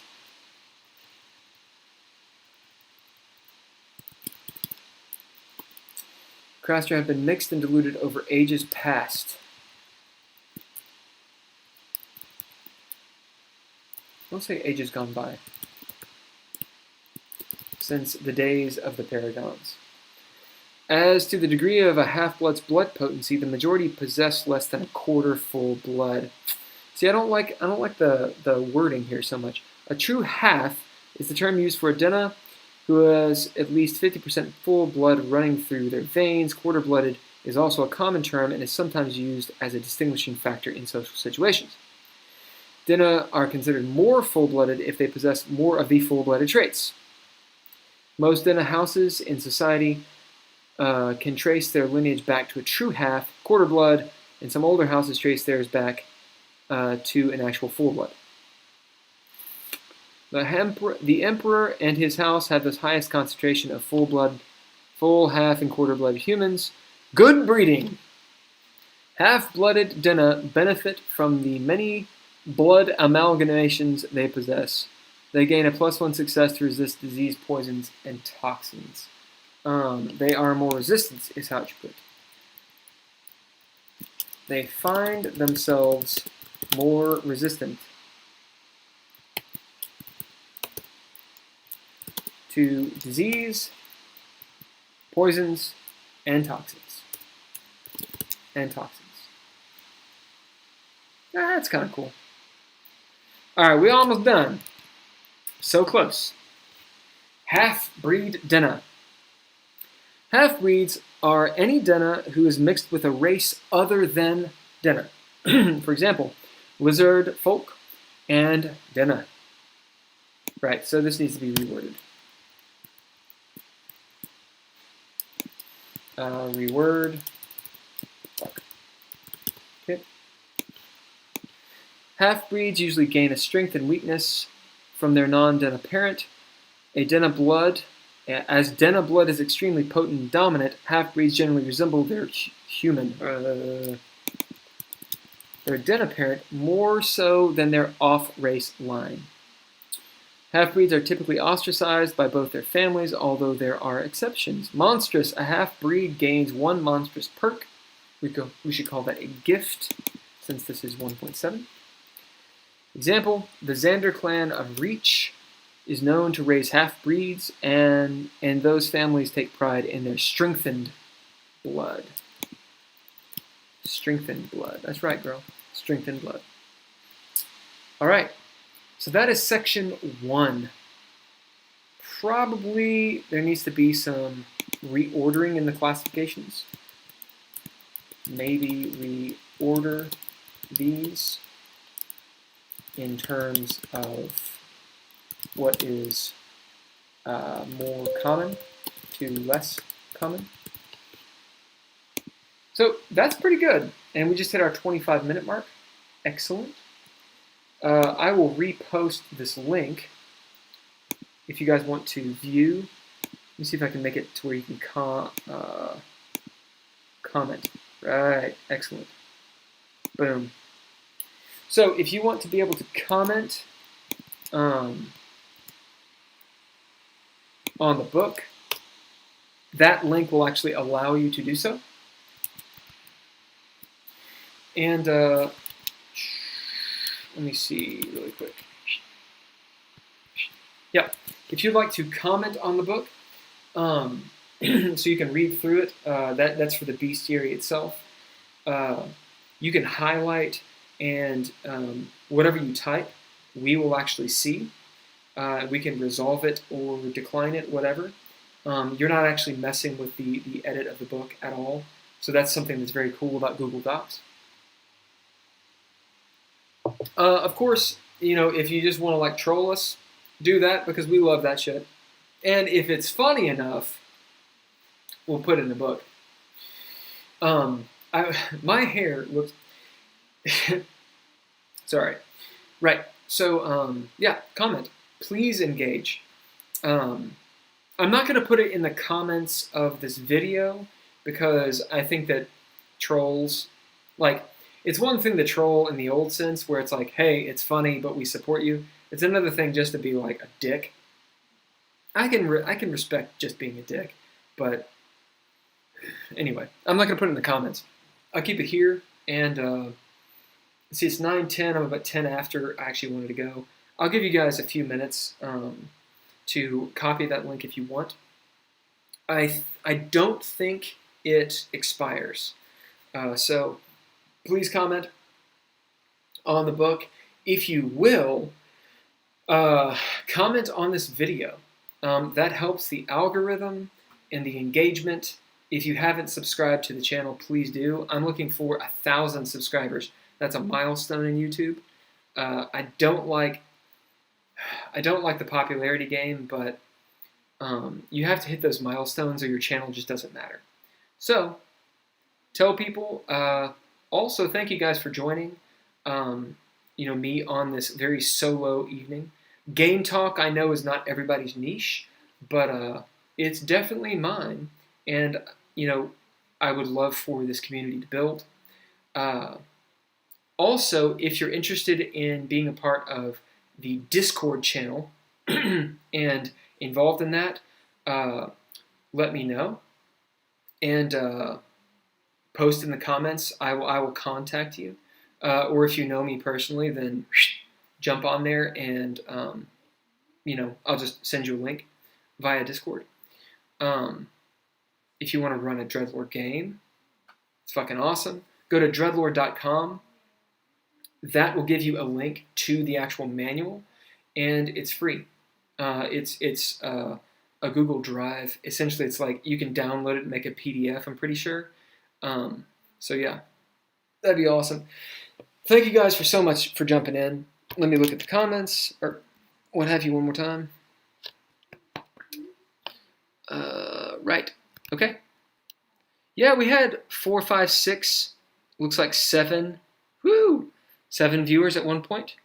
Average watch time is 40 minutes. That's awesome that people are willing to watch my ass for 40 fucking minutes. Chitter chatter about gaming.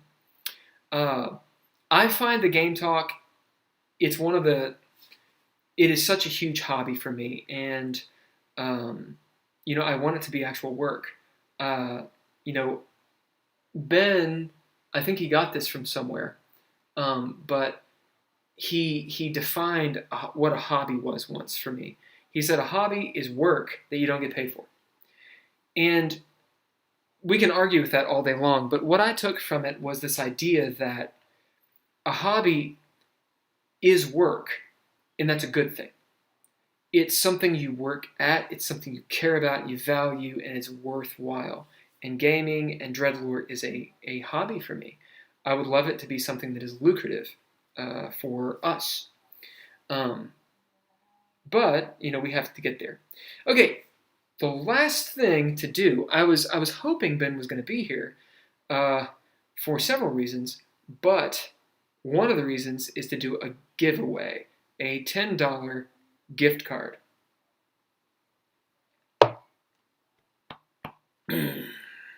Whew, that's fiery. So, let me take a look real quick on who has actually done the things we asked to do. Hello, Tiger Sex. Tiger Sex is awesome. If you don't know this band, check out this fucking band. They're awesome. One of the just great punk bands that's going on right now. I totally dig them. Great fucking show. Okay. And I've got a really cool t-shirt from them. So, let me look at the DreadLore page. If you haven't, we technically have an Instagram. It's called DreadLore System. Let me type that really fast. If you're not on that, it's at DreadLore System. Of course, please do something bunkum. That is this channel, and that's what we're promoting everything on. But also give some love to DreadLore System, if you will. Okay, so the post was, show us some love and we'll send you $10 bones. $10 of bones in the App Store if you win the giveaway. So the giveaway is such. Help us reach more followers and subscribers. Visit Something Bunkum on Instagram to enter the giveaway, and we'll roll for the winner live on the Something Bunkum live stream today at 7 p.m. Eastern. Technically, what we should have written was at the end of the live stream, which is right now. But I did not post that. That was Ben. I'm just going to throw him right under the bus. So let me find that post, and we'll see who left a comment. No one left a comment. Sons of bitches. So technically, no one has left a comment. Okay, the things that we would like you to do. Like the post, which several people did. Follow the page, which I know people have. Follow DreadLore System. People have done that. Tag a friend in the comments. Subscribe to Something Buncombe, which I'm pretty sure, I think, everyone who's on here has. A lot to do, sure. A blatant attempt to gain more viewership, definitely. So the whole reason we're doing this is to gain, yes, views, but specifically to hit the 1,000 subscriber mark. Why? Because at 1,000 subscribers, we can monetize certain videos and actually do this more full time. It's not what this is all about, goddammit. There's discussions that I just did with Chris Williams, a fellow actor in Kentucky's community. Great fucking actor. He's going to start doing his own live streams pretty soon. And little web series and stuff. The popularity contest, I fucking hate. I hate it. I wear too much black for that shit. But I do recognize the sense, the ad sense, that's right, of it. So I would appreciate it if you guys did that stuff. Comment, like, get people here. Megan, you've done an awesome job. Everyone who's joined this, 1,000 thank yous for watching my ass talk. That is the kind of support that I'm looking for. And if you can share the page, do all that bullshit, that will help. And it'll make it a lot more fun. So let me go grab a die really quick, or a dice, as we say in DreadLore. And I'm just going to roll and figure out what is up. We'll see who's on the actual live stream, because no one commented on the video. What the fuck? Vlad actually was on here. Shout out to Megan and her infinite knowledge truth. Vlad, we hope you are good. Megan said that you were in the hospital, which is intense. We got Megan, we got Walker. And it looks like Vlad is in here. I wonder who the other people were. I don't think they actually popped on the thing. I'll tell you what. I feel weird about doing this without Ben here. And also, I want you guys to comment on the Instagram. So, this is what we're going to do. Next week, we will do the giveaway. Now, that might seem unfair. However, I will note, y'all didn't do the thing that we asked to do, which is throwing a comment in the Instagram thing and tagging a friend. So do that, and you will be enrolled in the live rolling, and to get that $10 gift card. Also, that lets me buy a little bit of time, because Ben isn't here, and he's actually the one that's sort of like running that. So yeah, please do it. Throw it on any Instagram. I'll even say, do it on Twitter or Instagram. Let me give you the Twitter handle really quick in the event that you guys are Twitter people. Because I understand if you don't do the Instagram, you only do the Twitter, whatever. The Twitter is actually not Something Buncombe. It's actually my own name, which is @Terrible. I should probably change that. Let me see if I can do it right now. Profile is not the same. Don't slut me, Twitter. How do I do it? I don't know. Settings and privacy, perhaps? Can you change your account name @Terrible? Can I change it? New username. Yes, I want to change my username. Something Buncombe. Hold on. Buncombe. Boom. Bam. Done. Something Buncombe. So, that's how you do it. Do it on Twitter or Instagram @Something Buncombe. It's actually one word. Bam. That's what it is. So, here's what you got to do to get into the gift card giveaway. And I think we're going to do more than one of these. Because I think it would actually work. And I need to consult with Ben about this. But we might even do it in terms of, I think we're doing it via the App Store. At the same time, it's just giving away $10. So it could be in Amazon gift card. It could be one of those things, whatever you want, whoever wins. But I'm going to put my foot down on this because, well, I'm paying for it. So, dem's my rules, right? You got to comment on either Twitter or Instagram. That's first. I'm going to type that in the chat. Comment on the Twitter or Instagram. That's first. Boom. In the comments, tag a friend. 3, you got to subscribe. Subscribe to the YouTube channel. I think that is good. Leave a comment on the post, on the Twitter or the Instagram. Tag someone. Why are we doing this? Because we want that person to come to this page, this YouTube channel, and subscribe. That's really what we want. That's why we're doing it. We want more viewership. Because that gives us agency to do more and put more time into it. And then, of course, subscribe if you have not subscribed to the page.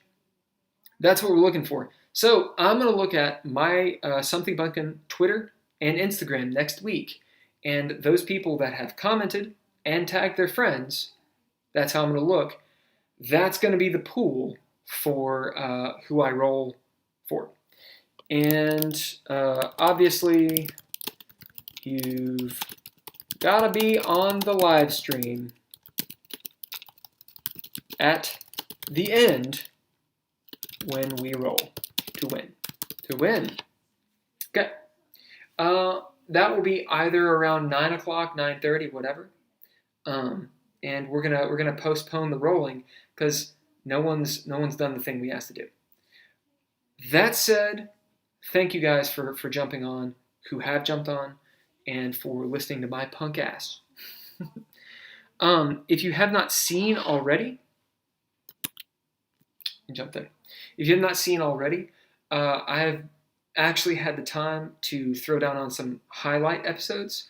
And what I'm doing is I'm going through these live streams and chunking out like the 8-minute to 20-minute good parts of each live stream. Sometimes it's 1, sometimes it's 2 or 3 bits, and posting those as pre-recorded videos. I don't think it actually shows the comments, which is unfortunate, as in the chat stream. But it allows people to kind of get the gist of what's going on without having to go through 2.5 hours. Okay, if you get a chance, jump on those. Remember, to enter this contest, post on either the Twitter or the Instagram page. Either one is fine. You gotta tag a friend. And that is where we'll end this Game Talk, a solo session. Thank you guys for jumping in and all that good shit. All right. I'm going to peace the fuck out. Okay, cool, will do. BJ Hinkle, give me a call. Because I am actually drinking your bourbon. Okay. All right, guys. Peace out.